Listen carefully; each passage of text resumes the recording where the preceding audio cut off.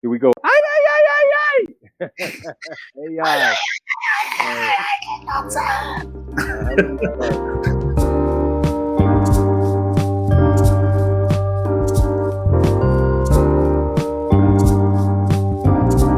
Well, interesting news in chip manufacturers. And we typically we try not to get into who's making hay or making money in the stock market, but interesting. Nvidia was breaking news with their chipsets that, for the most part, they hit their numbers and surpassed their numbers only because, and the CEO said, because of generative AI and the abundant growth of generative AI and people going out there and saying, okay, what does this really do? And so, in a time where we think that there's going to be difficult times for chip manufacturers, because of, we've talked about it in the past, Asif, where it's difficult to get the the bare minimum, the rare earth minerals, Elements. elements or minerals or elements that are all over the world, but they're only in high demand, but only in certain places. And so, when you have someone that's breaking news and it's because of AI, well, that's right down our alley. So, what do you think, or how do you let's see? There's, and we can get into different areas, different discussions back and forth. But I mean, when it comes to the manufacturing and the problems that we've seen because of COVID and because of also state nations being at odds or wars, and it's difficult to get these when it comes to the chips that to manufacture or to develop solutions like AI. But it seems like the market's not even hurt, with AI, with companies like Nvidia. They're stepping up, and it's an American company. um, so, I mean, what do you think? How do you think the growth, or do you think the decline of chip manufacturers? Where do you think we're at now? So I'll start off with the semiconductor chips, right? And Yeah. oh, look at that! Look who we have here. We have Hey, guest of the hour. welcome. Hello, sir. How are you? Hey there. Good morning, you guys. Good. What? Yeah. What state are you in? Australia? Must be. I am the great country of Texas. Oh, nice. I heard you say good morning. That's when I was like, wait, where are you? Hey, there's that saying, it's always 5 p.m. somewhere, right? Oh yeah, right. So I just like reframed it, flipped it around Yeah. where. Yeah, It's it's got to be always 5 a.m. somewhere. Exactly. Yeah, I'm with you. What's up, man? How you been? good, good. Just came back from some appointments, and it's it's great to be with you guys. This is in a way, I'm kind of like fanboying because I've seen y'all's podcasts and streams on LinkedIn, and I'm like, man, So those guys long are time cool. listener, first time guest, Yeah. and Nice. I'm Woo! Ay, so ay, ay! welcome to AyAyAyAi. Yeah. Welcome, welcome. Yeah. We're Yeah, that's recording live right now, so Oh, get started because we're about to dive deep into some topics mhm. with you, and wanna hear your thoughts on those because me and Lucky, we just started the conversation before we first started recording. We just talked about chicken and eggs, and we said, how does AI impact chicken and eggs? It doesn't. But let's talk about chicken and eggs because there's shortage Mhm. of eggs right now, and we want to talk about supply chain planning issues and so many topics. So before you jumped in, what I was discussing is about the Sherman, north of Dallas, where they're building the TI's new manufacturing fab for chips, right? And the plan was to open the factory around 2040, but because of 2020, is like we're gonna open it by 2030.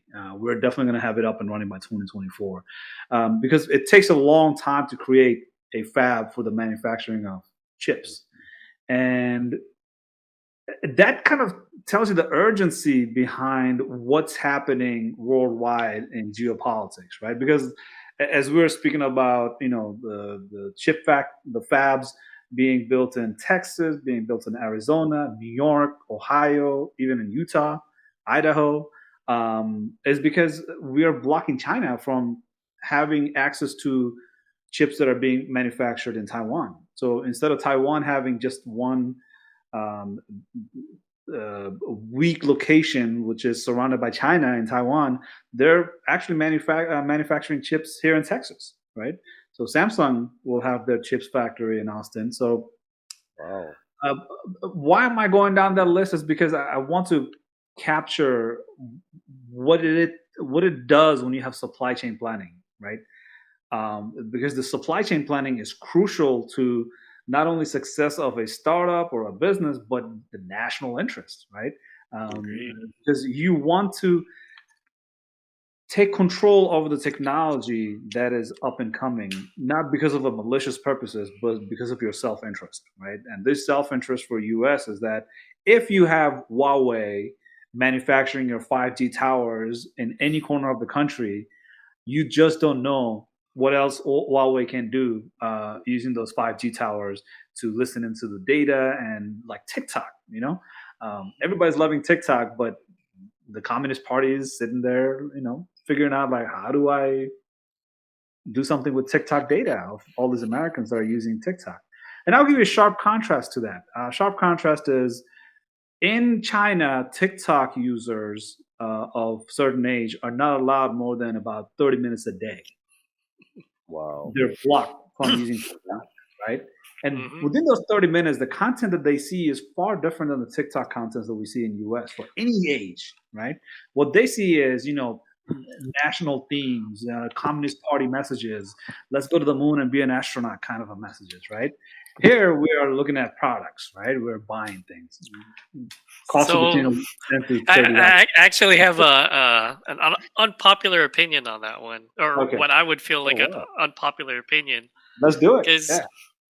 Because on one side, I get the, being coming from a law enforcement background, Right. I get the security side, right? Right.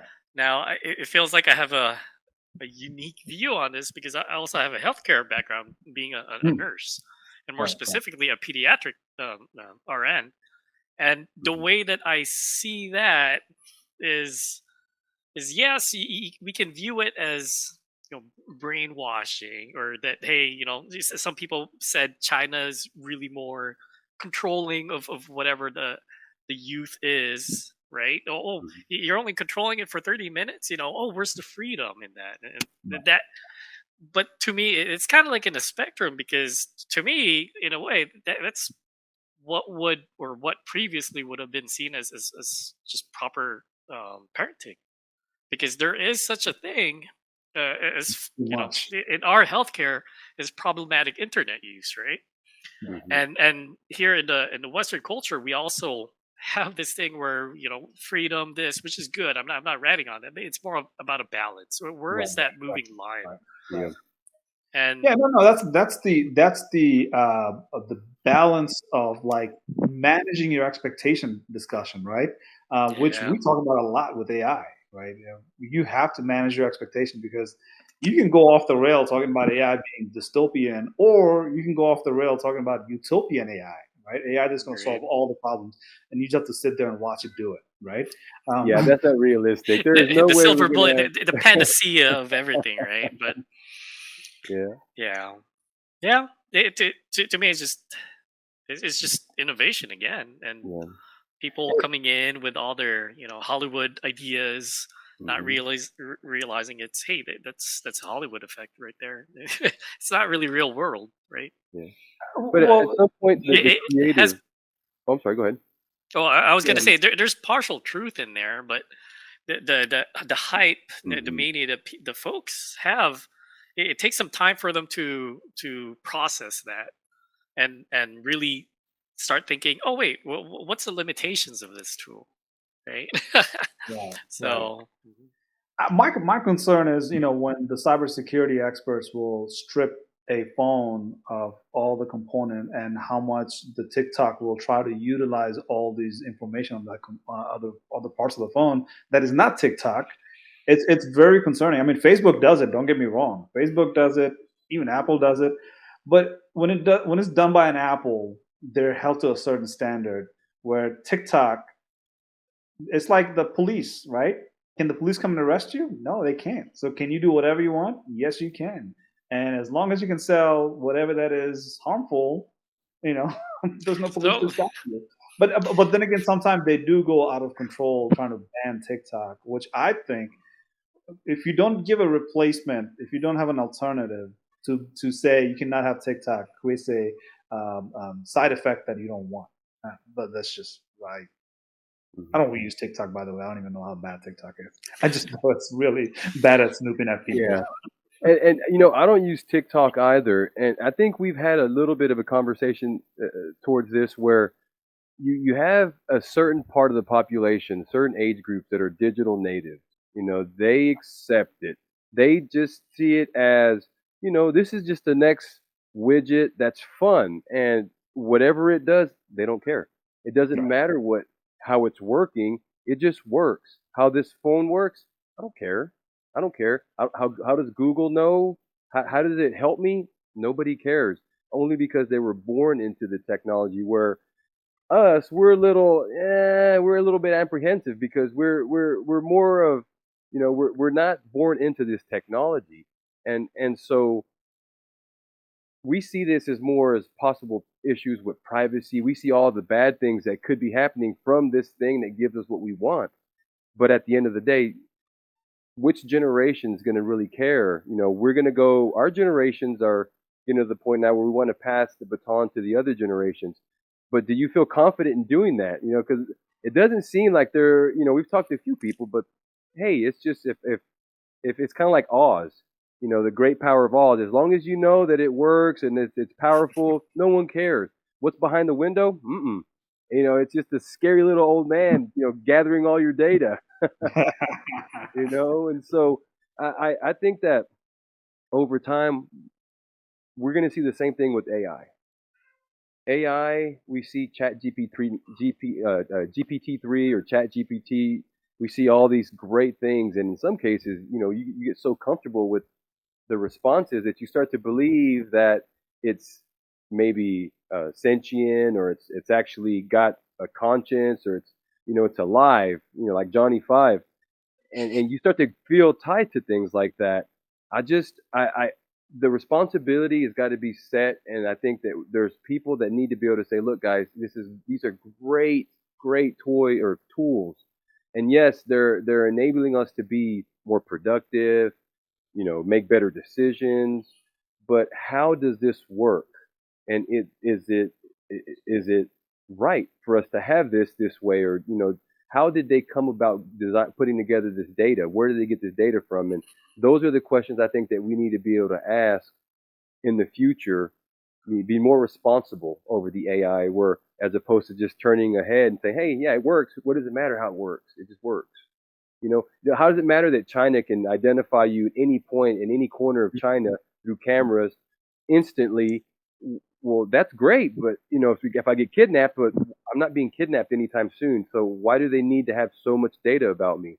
It gets to the point where, okay, why? The whys almost, right? But being responsible, I think, is the next phase. What do you think about that? How do you see that? the for me, the responsible I know Amazon. It's been a while, a couple months since I've been updated on their policies Yeah. on that, and Microsoft's real big on the responsible AI part. Google, I'm not too sure. I'm not going to go deep on that one. Yeah, Google does what they The want. Yeah, going back to the caring part, because it's something that I really dive into on Yeah. people's behaviors, people's um, and emotions as well. That's really my niche within cybersecurity is behavioral assessments. And the thing I notice, or whenever I'm enumerating a human, Yeah. people are not going to like that one. But whenever I'm talking to people, open-ended questions, close-ended questions, I'm trying to find out where their knowledge begins and ends. Really, where what's the extent to their knowledge? because there is such a thing as an unknown, and it's really hard to care for something if you don't even know it exists, right? Mhm. So first step is to bring that into their awareness, and I'm also measuring their capacity to hold that information, and not only just hold that information, but also to understand it, to process what it really means to them, right? And why should they care? And Yeah. then at that point, so that's the intellectual and cognitive side. Now I'm assessing their emotional needs. We got the Maslow's hierarchy of needs. It doesn't really matter on the AI part if they'll do anything if it's Hmm. giving them money and food, right? Yeah. So depending on where they're at on that emotional level, I mean that's another thing. I don't want to say that that's how I attack people, but that's really how it is. People's vulnerabilities and people's needs. If you know Right. where it is, you can kind of be like a carrot on a stick in front of them, right? Hmm. So, and the reason why I'm saying this is really, hey, to really break it down on how to get people to care, right? Or the winning the hearts and minds of people to where they'll actually care about stuff. It's very complex, and there's so many moving, there's so many parts in there to actually get it right. Um, and and unfortunately, it's not a one size fits all, Hmm. especially if you're trying to apply it on scale with across society. And I haven't even talked about the hardest part where said tech companies are dopamine hacking our society, right? So I mean, it's already hard Yeah. enough to bring awareness. It's already hard enough to bring emotional agility and this emotional regulation to actually, hey, take that problematic internet use to where it's more productive, right? Hmm. And so we have to fight that, and really humans, we have subroutines too. Automaticity, we call them habits, and that's what tech companies are really good, finding those triggers, finding it what gives us the dopamine fix. And so I kind of took it off Wow. tangent on there, but Oh, No, no, no, you're absolutely but right. You're point absolutely on right. point. The way the way they manipulate the fact that we get stuck, and that the dopamine that we're looking for, that fix we're looking for, they know how to produce it now in a handheld, and we're stuck with it. And that's yes, our society's hooked. That's definitely, I've never, I've thought about that, but I've never really applied that to how AI in the future. So you're spot on. I mean, it's just going to be a replay of how we're herded. Hate to say herded, but that's just the truth. Right. We're a creature of habit, and we like ease.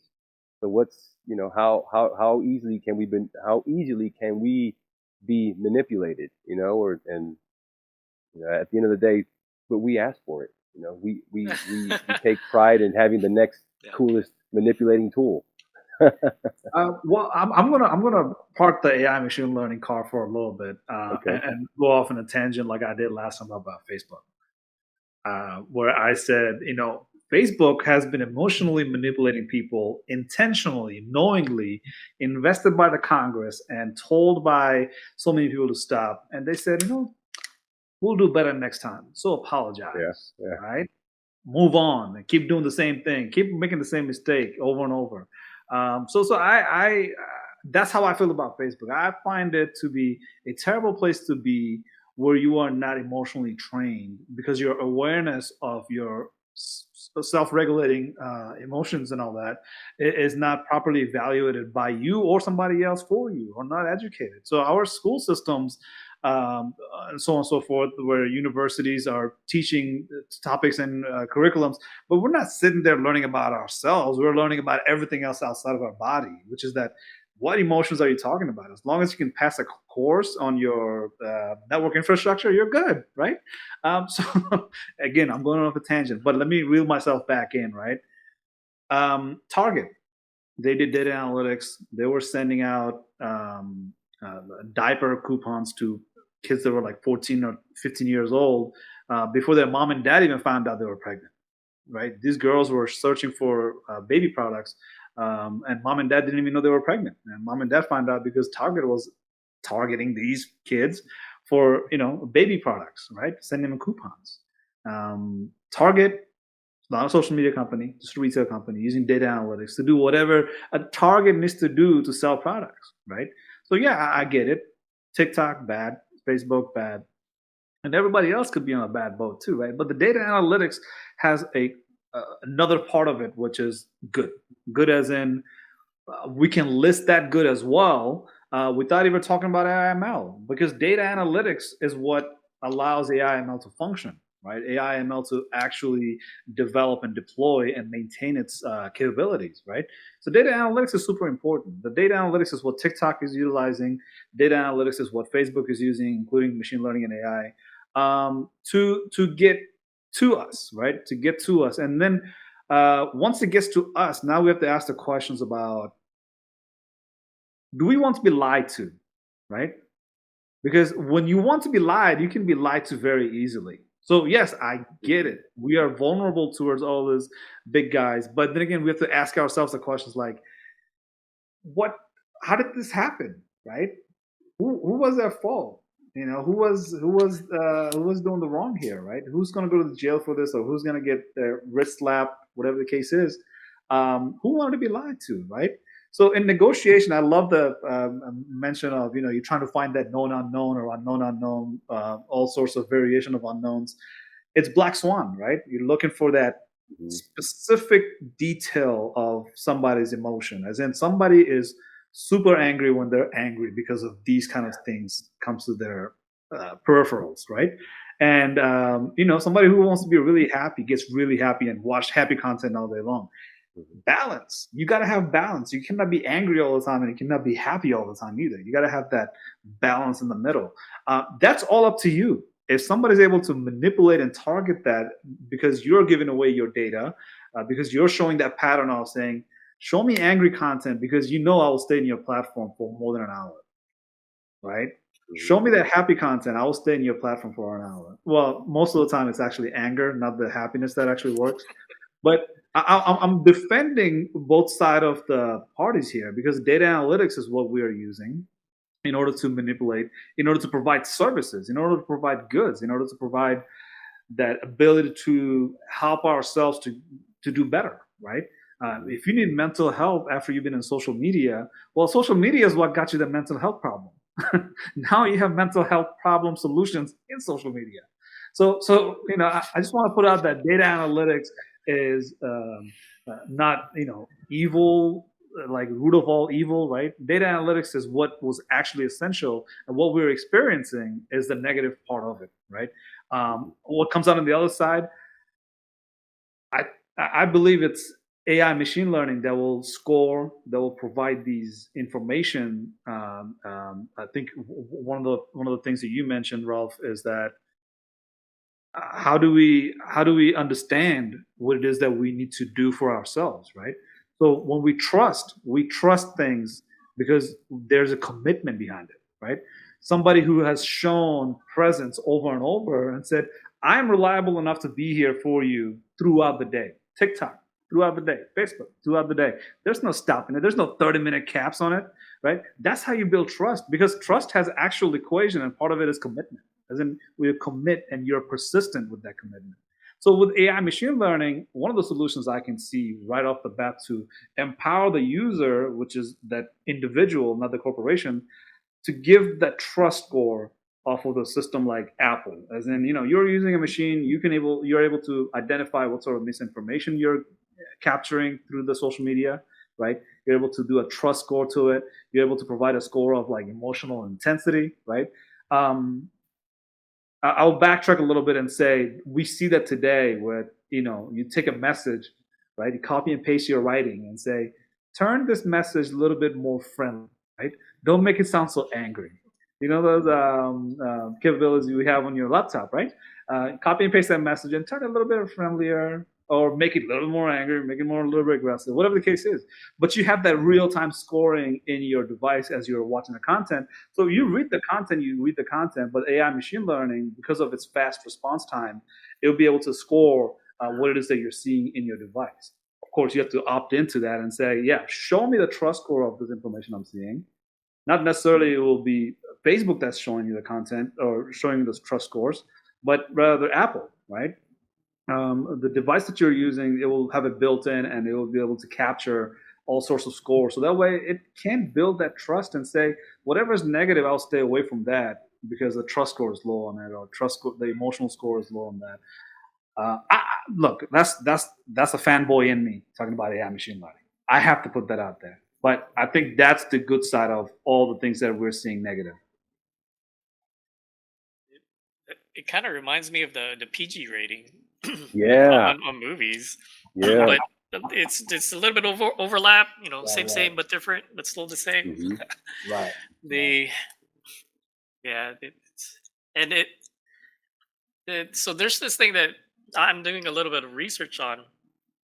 I'm trying to map psychology and neuroscience and a little bit of cybersecurity, just because it's a Mhm. human Social hacking engineering, still. right? Yeah. I'm still not comfortable with that word. My skill set really fits that. I consider myself as a therapeutic engineer, but Got it. it's a I'm new with you buzzword. on that. I'm with you on But that. We need the other side of social engineering, therapeutic engineering. Yeah, good ones.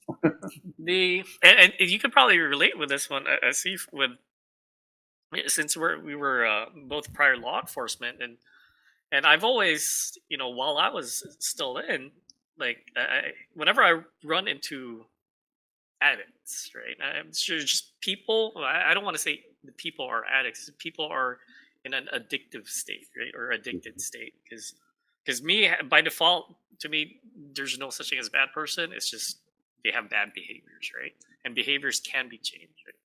But anyways, in the past, I'm like, hey, it's a choice. It's a choice. It's a choice. Right. And earlier you mentioned, hey, it's really up to them, right? To it's a choice. But neuroscience, once you hit, it is a choice. It is a conscious choice. And again, a lot of planets have to align that where they have to. It has to be in their awareness. They have to Right. have the capacity to be able to process that.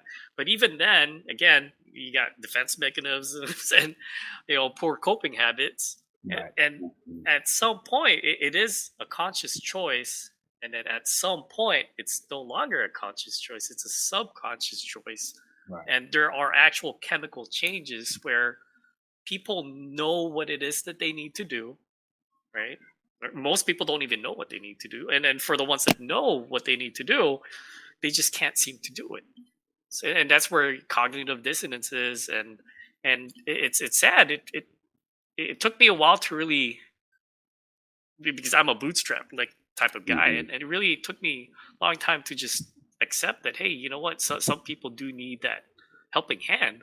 Yeah. And the unfortunate thing that I'm seeing with social media is it's not even addicts with cocaine or drugs or alcohol anymore. It's literally like, I'm so curious if we just do a brain scan of ages 6 to 20 or to 30, and see how much social media is it's an addiction, and it's Right. out. Yeah, I'm just really curious on what percentage where I need to put it down, but they can't. Yeah. So Um, I, I was talking to somebody earlier on the live webinar. But by the way, go ahead, please finish your thoughts. the oh no, that was it. I was just gonna add at the end that I kind of took it really dark and downer. No, you're right. That's No, how you're we. right. That's how, look, if you don't scratch the surface, Yeah. I'm gonna go to sleep. Right? I'm just gonna fall asleep here. Go to sleep. Like Lucky, you continue. Right? You gotta scratch the surface. You gotta make it dark, because that's where we find solution. Right? Mhm. There's only one problem, millions and billions of solutions. That's the way I see it. And the way you get to solution, you start scratching things. So earlier I was in a conversation. I do a live webinar on Wednesday, and one of the things that I said, like a calculator, you can throw it away, and data will go with the calculator. You buy a typewriter, throw the typewriter away. There's no data, right? It just goes away. Laptop, you can throw the laptop away, but because you're connected to the internet, you're having AI, machine learning, or some of the websites that you're interacting with, they will always have your data because that data is sitting in a data center somewhere, and that data center will create a footprint for you for as long as they don't delete it, right, or they don't lose it somewhere, somehow data breach or whatever. Um, and this kind of worries are just not with AI machine learning. This is just metaverse conversation about, like, how if you put a VR goggle on, just off your body movement, it can identify who it is you are, right? Fingerprinting you. And those fingerprinting capabilities on VR is able to say, marketing to the max, right? Age 6, who cares? Sell them that pony that they want, and the shiny pony that's pink in color, all that, right? Just sell it to them. Because your ethics is different than mine. My ethics is to make that billions, right? So this is the kind of things that Facebook and all these other marketing companies will have in mind. Whereas in a Joe Schmo, right, who wants to be a parent, now they have that difficulty of, like, oh my goodness, how does it impact my child? Because I want my child to grow up safely and have a little bit of I guess less trust issues in society. We want to be able to have a society that's integrated, that people are able to interact with each other without having all those fears, right? That's the utopian side of us that wants to have that, right? The parent's ability to raise a child without having too much of a concern. But again, here's my thing. They have to adapt, right? They have to adapt to that. How much does social media impact? I mean, look, just the screen alone is causing your brain to actually wire differently. And last generation wired differently because they watched more TV than laptop. This generation probably will wire differently because they're watching a smaller screen than a laptop, right? Because they probably don't use laptop that much. I do. I'd rather be on a laptop than on a phone. I could get more work done if I was on my phone all day long, right?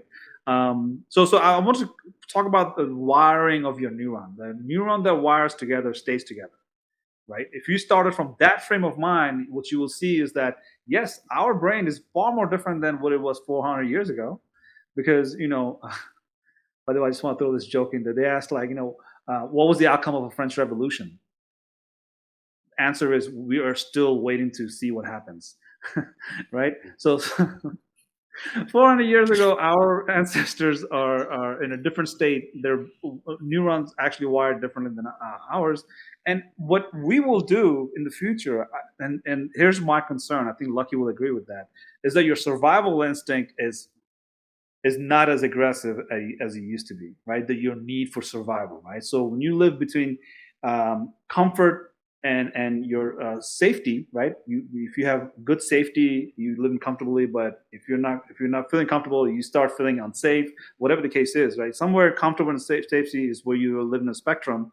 And what we wire ourselves differently. That's my only concern, is actually that we are giving up too much safety, giving up to too much comfort, rather than to say, how do I find that survival instinct? So that way, if the technology was to get wiped out, which internet doesn't have a switch button, but if the internet was to get cut off, I will be able to survive without searching in Google or asking ChatGPT for assistance, right?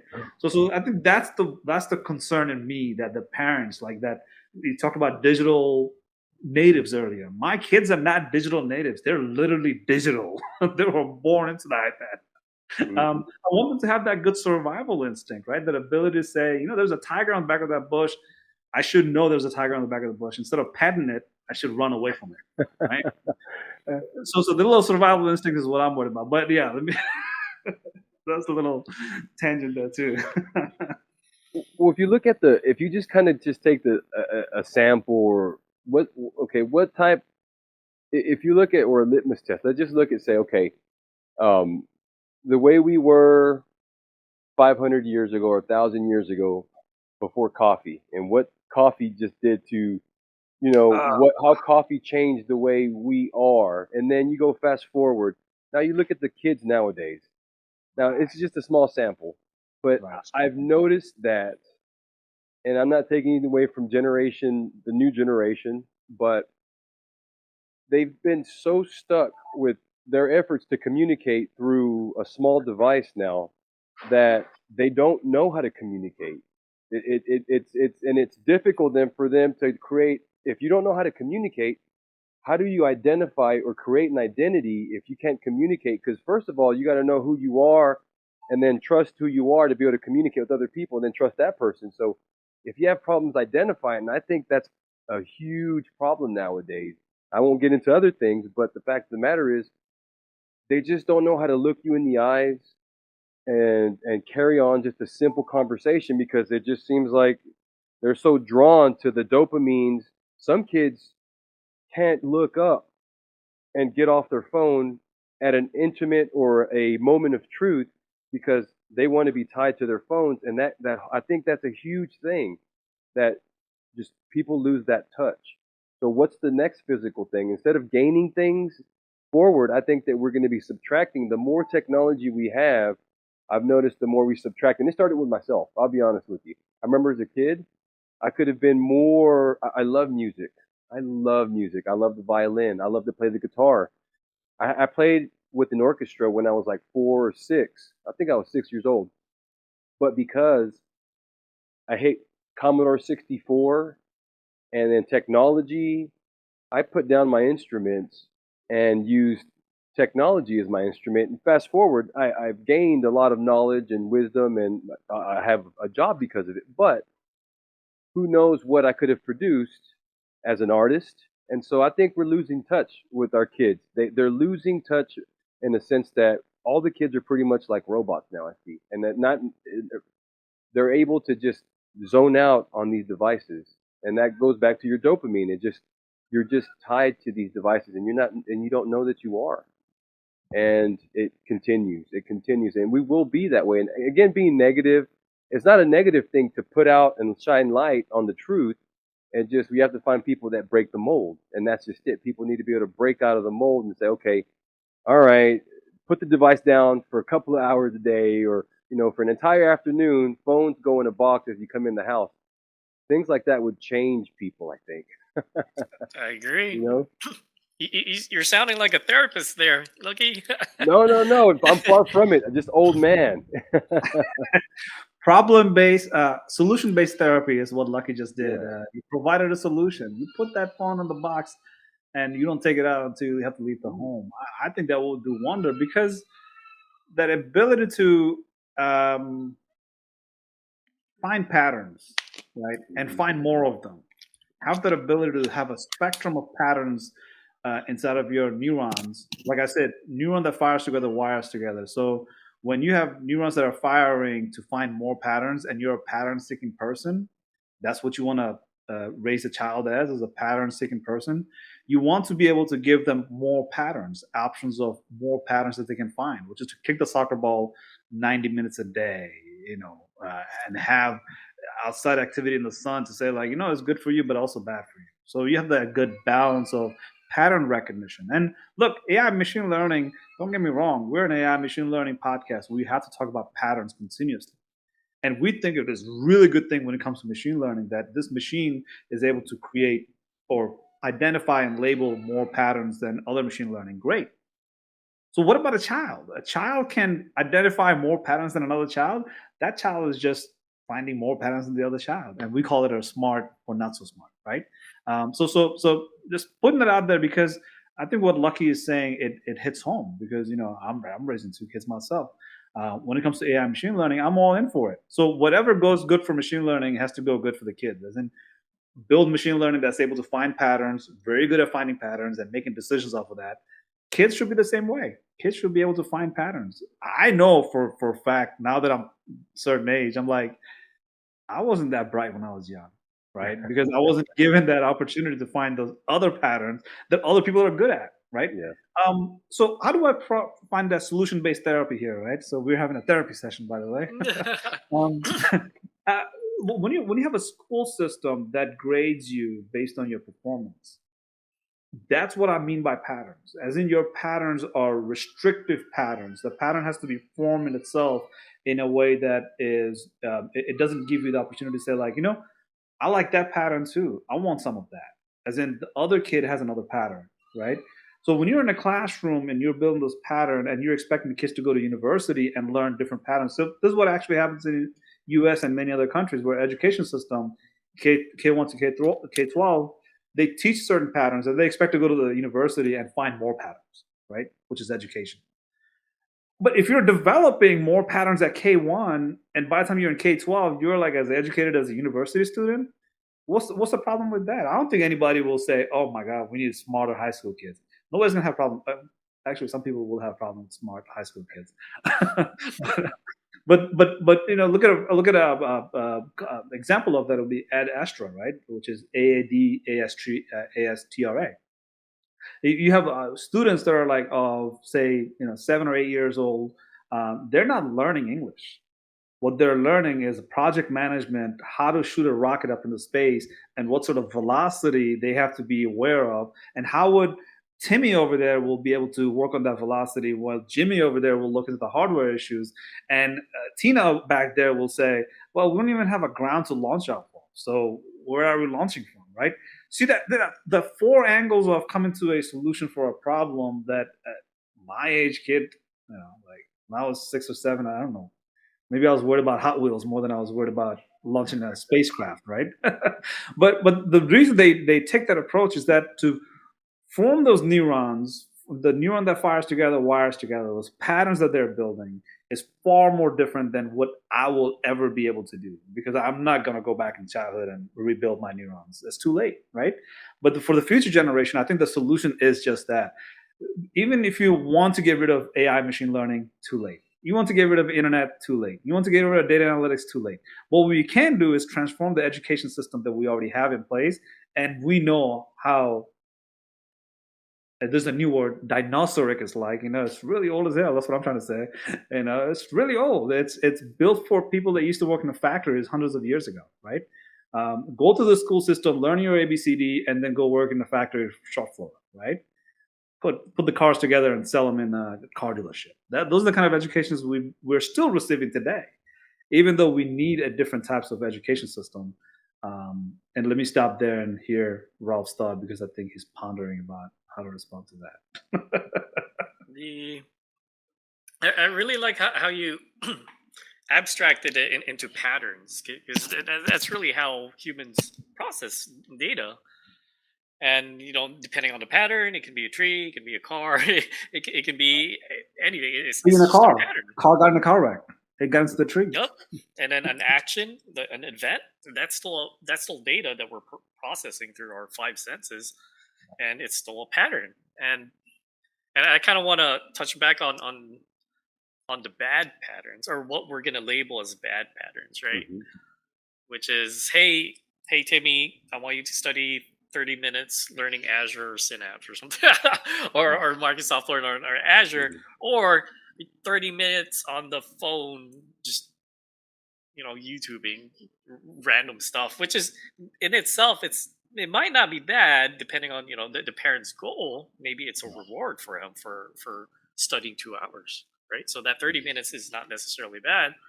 But going back to the problematic, so it becomes problematic or maladaptive when it's starting to hurt the kid's grades or other metrics. If the kid's having personality issues, anger issues, because he doesn't want to get off. So it's just bad patterns, and then there's good patterns that I don't know why I brought it. brought it. I think I lost my train of thought on that one, but I really like how you form those patterns. I will kind of counter what you said earlier when you said, it's too late for us to learn, right? Yeah. So I agree with you to a degree. I do have to counter that because I agree with it because we have so much responsibilities in life as we get older versus the young ones, right? So we don't have as much focus and time as we would like. But if we were able to separate that and give room, we have to scrap that limiting belief in the first place, and then we are able to. But again, I mean, we have so much constraints as an adult versus the young ones. Lucky is in the point of his life where he's ready to babysit my kids, so I can have those dead buried in my forehead. uh, I do love kids, man. I've had my share of kids, and they're older. And a lot of people say, it's always going to be better when you can just give them away or keep them for a little bit, like a grandfather, and just keep them for a little bit and then send them off. I'm an educator. I love being around. I think I one of those things that I enjoy watching people learn, and it hurts me whenever it's just I feel that there's lost opportunities. And so I just see, and not again being going down a pessimistic way or side, but I just believe that there's better ways of doing things. And if we can teach kids to create things Right. as opposed to be a viewer, or they're just, basically a third person just always viewing and just Consumer. exactly, and then be the creator, not creator on like social media, but create things in life. Make things, break things. Have failure. People are so scared to fail nowadays, and going into the future, if we're going to have any technology that's worth its weight in salt, we're going to have to fail a lot, and we're going to have to make a lot of mistakes, and we can't leave it up to big companies to make all the mistakes and figure out how we're going to how it's going to mold up and how AI is going to be or what it's going to be for us. Because at the end, I see AI different. Like my perspective of AI, like some people say that a phone is not a type of AI, you know, and we've had the discussions, debates, and I think that anything that helps you make smarter decisions augments you. Now, it's not artificial intelligence, but it's analytical information that help you become a better human, make a better decision, and that's what AI does for us at the end. I think that even if we see if we fast forward to Terminator, at the end, Terminator didn't do anything for us except for protect Sarah Connor, because Sarah Connor had to have a son that was going to lead the world to make better decisions. So AI is not going to be something that guides us and controls us. It's going to be something that we use as a tool. And so if we keep that perspective, then hey, it's no dystopian future. It's just we got better tools. But if we become hinged on it and we don't control it, then it becomes Frankenstein. And so I want to be able to guide people. And I think there's discussions, at the school, even more. The more we have these discussions, say, okay, what is AI?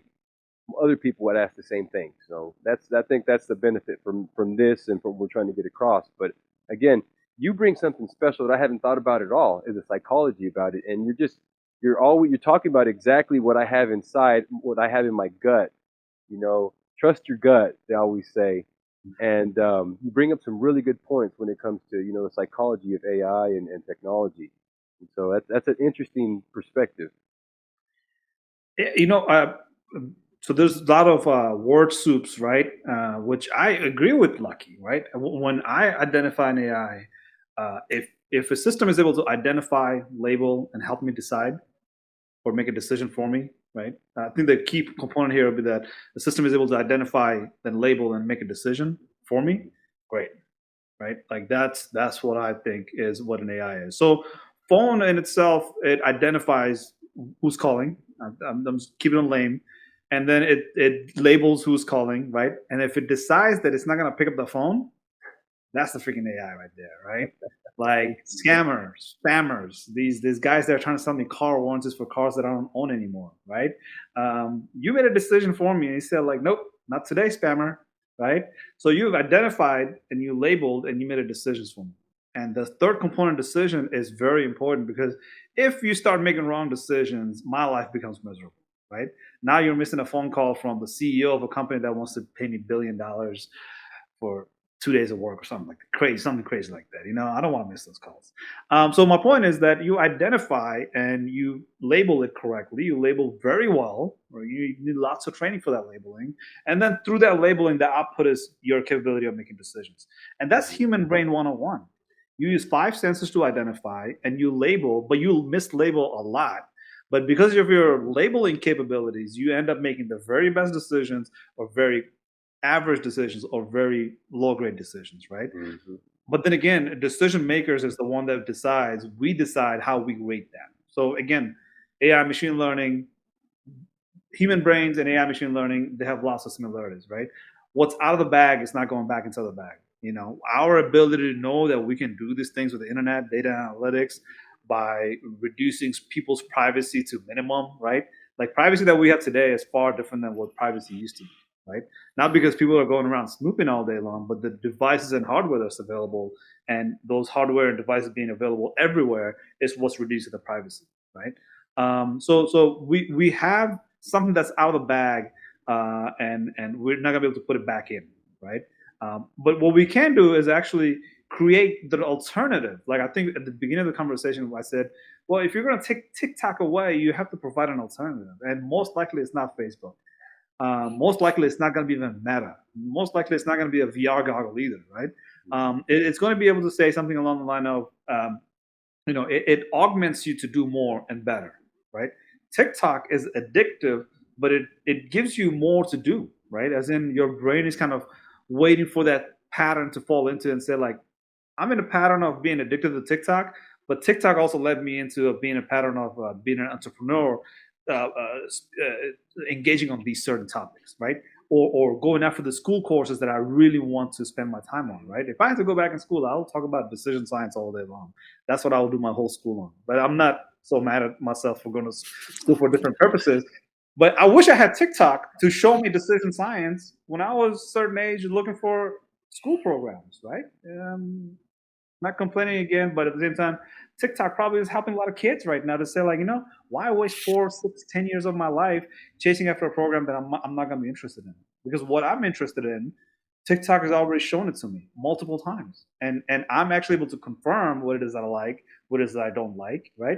I'm able to identify my passion for things, and to say, I'm going to make a decisions off of it because I labeled it as the correct decision, right? TikTok can help you. TikTok can, take you down as well. All of it is to say nothing can be taken away. It can be only replaced with something better, something more effective, right? So I don't see anybody replacing TikTok, even though there's bans that are happening. And I'm in support of the ban. I think the data analytics that China will be able to utilize against all the other nations. I'm not just talking about USA. I'm talking about Chinese the dissidents, as in the bordering countries. I'm talking about multi-level supply chain planning, disruption, supply chain management, manipulations. It puts a lot of people at disadvantage. And the data analytics from TikTok alone is not going to allow China to do that, but it'll be a big tool for them to manipulate through data analytics by providing false or misinformation, whatever the case is. So I want to leave it right there because what I want to say is that you cannot take what's out of the bag, put it back in the bag. You have to find a replacement alternative and do a better job with it. And I think AI machine learning probably will have some of the solutions that we need, but it's yet to be seen. So, yeah. You bring up some good points, and I'd like to get off in another tangent because I like to talk about deep fake and TikTok, and I don't want to because it seems like we're riding a fine line of okay, there's not politics, but you start the technology and how depending on your social environment, or where you're from, technology or what AI is going to be viewed a little different. So don't want to get into that. But, you guys bring up some good points. At the end, deep fake, I think, is something scary, and it's gotten even scarier in the news. I don't know if you've seen the latest deep fakes, what they've shown. They've gotten more impressive, and so, fake news drives social media, and I don't want to get into what's fake and what's not, and but at the end of the day, I get emotional if I see dogs, a dog video. So it's easy to take and just pull on people's strings, right. With deep fake. And it's just, now it's part of our everyday living.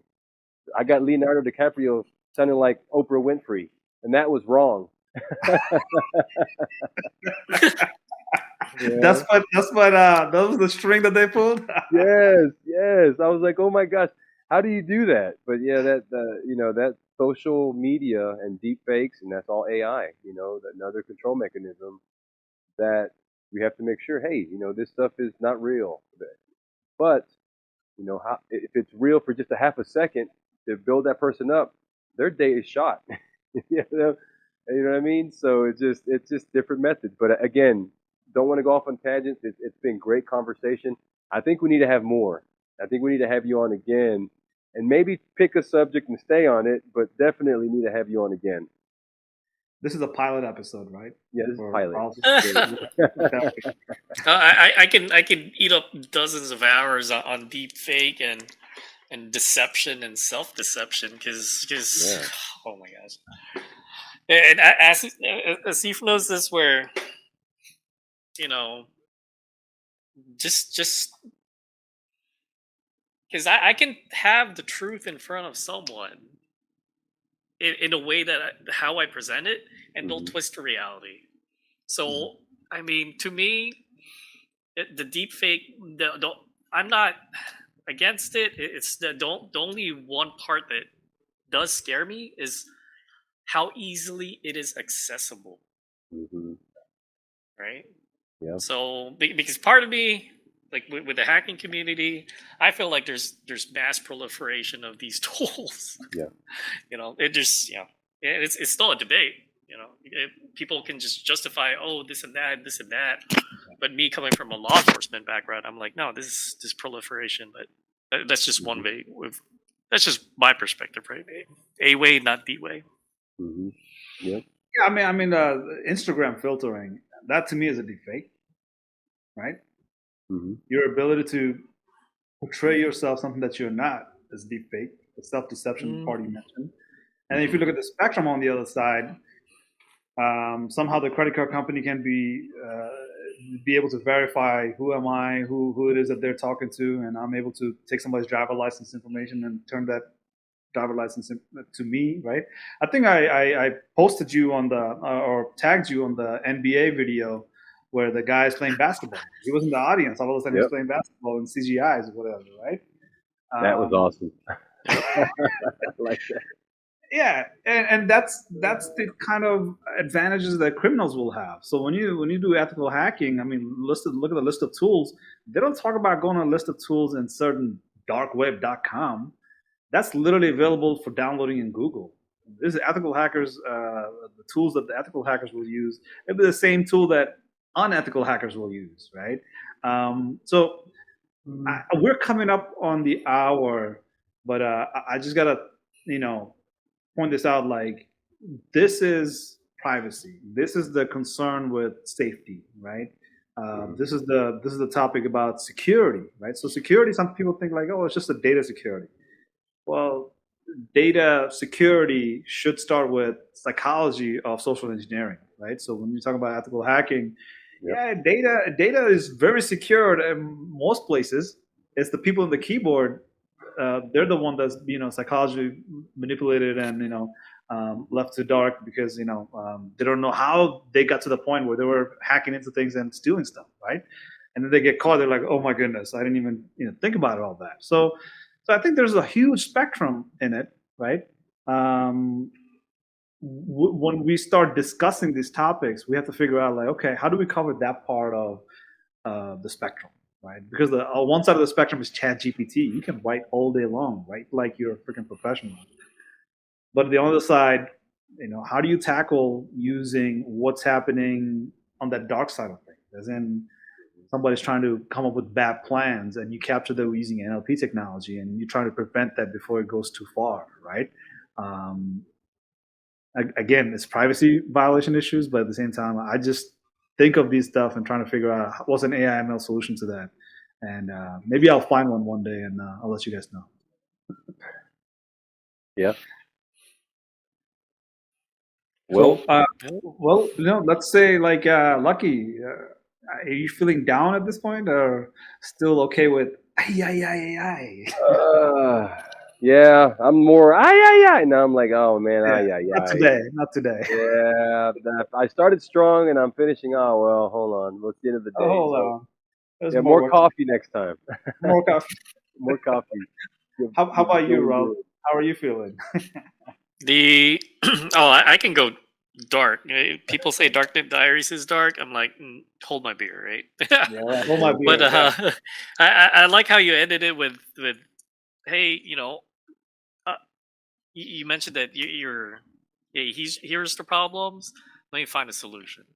Right. And I feel like, it's just my opinion here, my 2 cents, that the cybersecurity.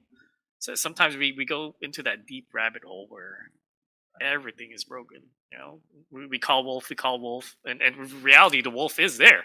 There's wolves everywhere. But at the end of the day, we got to take care of our mental health, and it's easy to just fall into that hole. And Yeah. at the end of the day, business and society, AI, ML, it's all about solving the problem, right? We can't lose that positive side, because anyways, that's what innovation is. You find a problem, you solve it. Well, guess what? That solution comes with other problems anyways. So you learn how to accept that, right? It's either you're in a problem, you just solve the problem, or guess what? If you don't feel like you have a problem, it's next door. It's about to knock on your door and hit you in the Great, face. So great Like, way to wrap it all up, right? If you solve a yeah, problem, you're always gonna have another problem. So whatever the solution is, look for the next problem to come. yeah, Thanks, Rob. Thanks for joining us. This is yeah, it's been great. We'll see you guys next time. thanks for having me. All right, Y'all have Rob. a good one. Thanks, Lucky. Like, bro. Let's see.